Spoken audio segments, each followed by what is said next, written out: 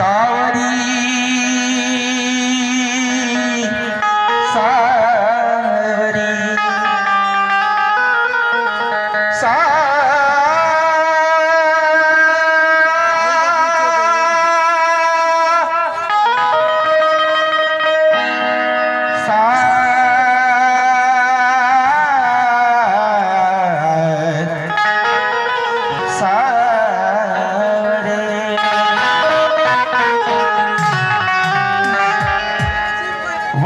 वक्रतुंड महाकाय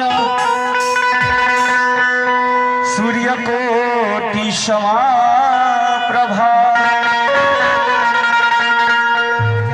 निर्विघ्नं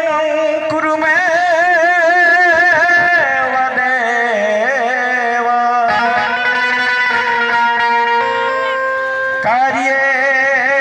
कार्येषु सर्वदा। चलिए आई बाबा के दरबार में वही देवता के पहले बुलावल जा जवन देवता में सबसे पहले पूजा ले भैया गौरी केला हे बाबू गौरी केला लनवाए बाबा सुमीरा गौरी केला लनवाए बाबा सुमीरा करी तहार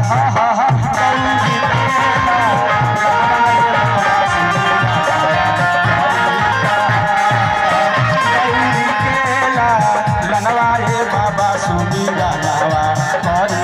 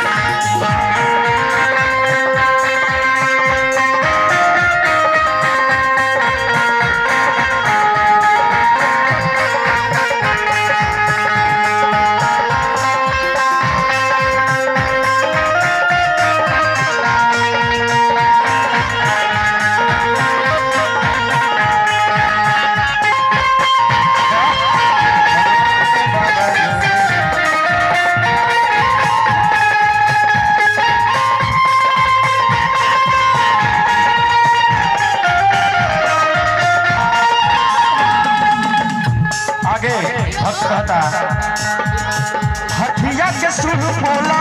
मनुष्य के तनवा सब देवतन में पहले भूखे सुमीरा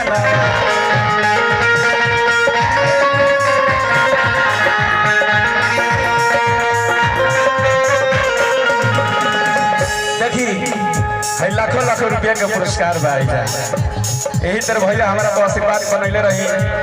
आ जतने दे भैया उतने बढ़ी। चलिए आई हथिया के सुर बोलो मनुष्य के तनवा सब देवतन में पहले भूखे का पूजन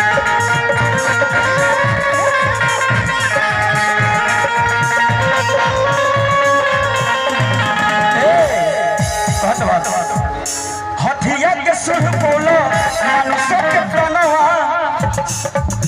सब देवतन में पहले भूखे का पूजन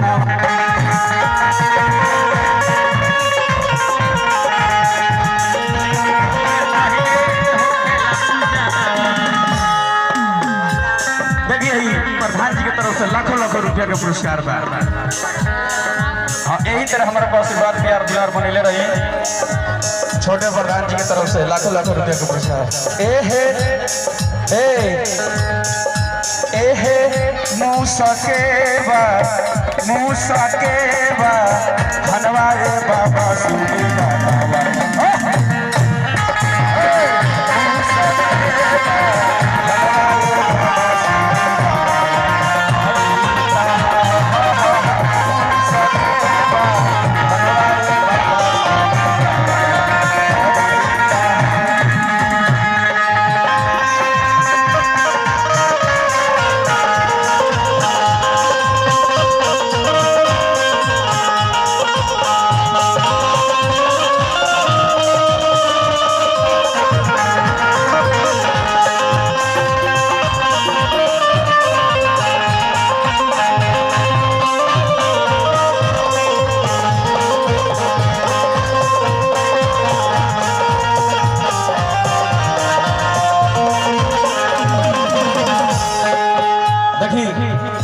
आगे भक्त के विचार कहत भक्त बाबा से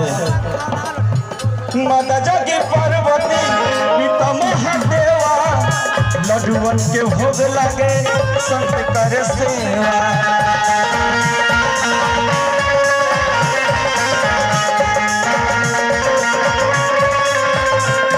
माता जगी पार्वती पिता महादेवा लड्डुअन के भोग लागे संत करे से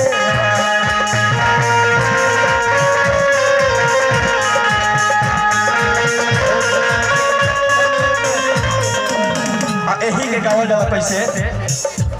छबरैया भैया हरे माता जानकी पार्वती मैया हो हरे माता जानकी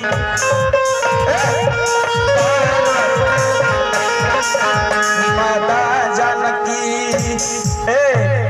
पार्वती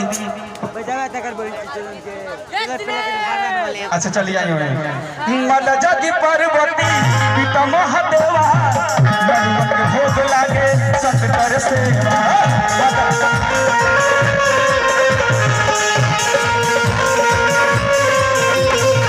माता जगी पार्वती पिता महादेवा लड्डुअन के भोग लागे संत कर सेवा ओ बाबा के दीवाना रहेला ए रिधि सीधी के सजनवा ए बाबा सुनी नावा करी कहा सजनवा ए बाबा सुनी नावा करी कहा